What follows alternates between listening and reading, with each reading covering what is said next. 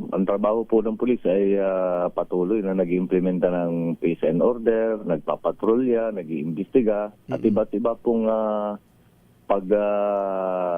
pagpupunta or pag-coordinate sa ating komunidad, lalo na po ang barangay.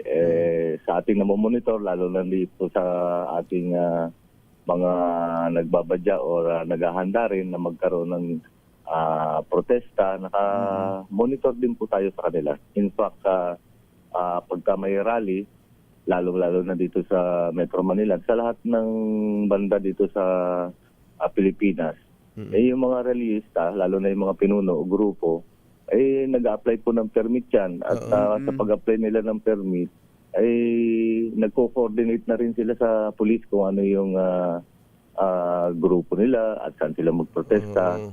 At ganon.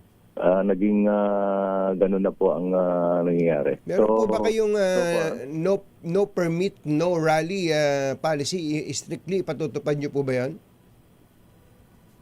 Tama po yan.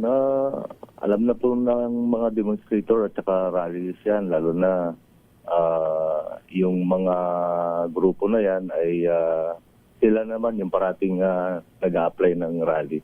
So, pinapatupad po natin yan ng no permit, no rally.